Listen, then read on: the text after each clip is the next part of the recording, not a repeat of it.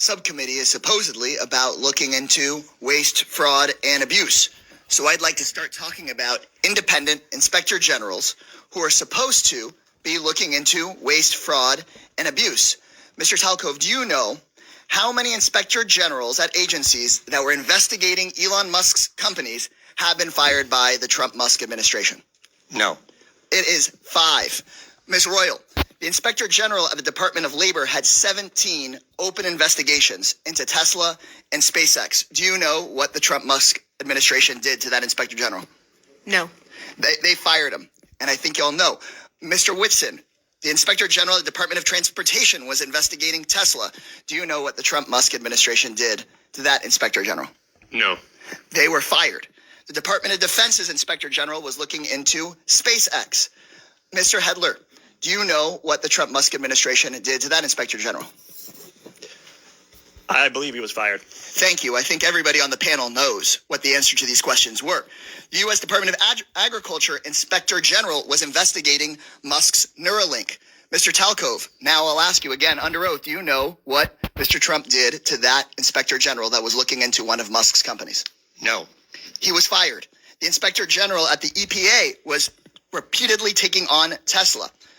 Mr. Hedler, since it seems that you're answering the questions that everyone knows the answer to, do you know what the Trump-Musk administration did to that Inspector General? I believe he was also fired. Also fired.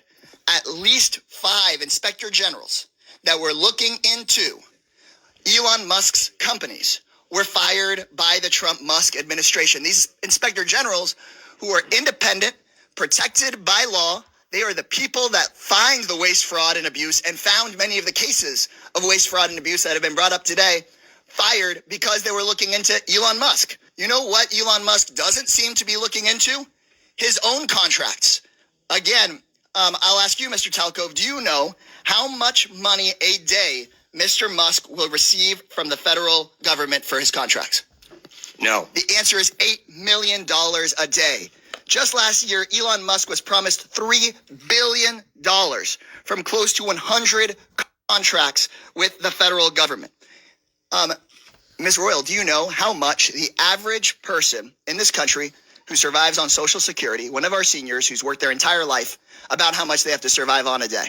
I do not. $65 a day. We're not looking into Elon Musk's $8 million a day. This subcommittee, chaired by Marjorie Taylor Greene and the House Republicans, is looking into your grandmother's $65 a day. Let me be clear. I think we would all support taxpayer savings. Look into money we might needlessly send to billionaires and big corporations, find taxpayer savings, and send it back to your hardworking family. But instead, what House Republicans and the Trump-Musk administration want to do is they want to look into your kids' lunch money, your kids' teacher's salary, into your grandparents' Social Security. They want to take that money and give it out in billionaire tax cuts, and they're talking about that in committee tomorrow, in budget committee tomorrow. They just released their plan. So let me be clear.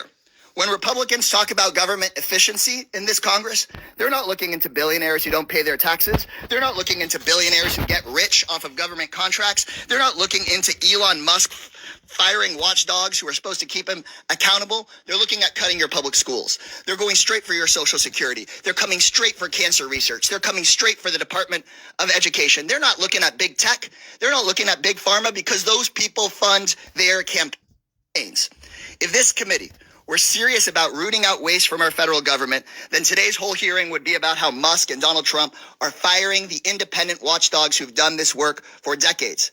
Instead, my Republican colleagues' actual goal on this committee is to distract from Trump and from Musk's corrupt war on accountability.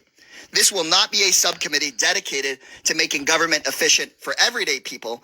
It's about helping Elon Musk and Donald Trump be as efficient as possible in robbing our government and handing out our government services to the rich.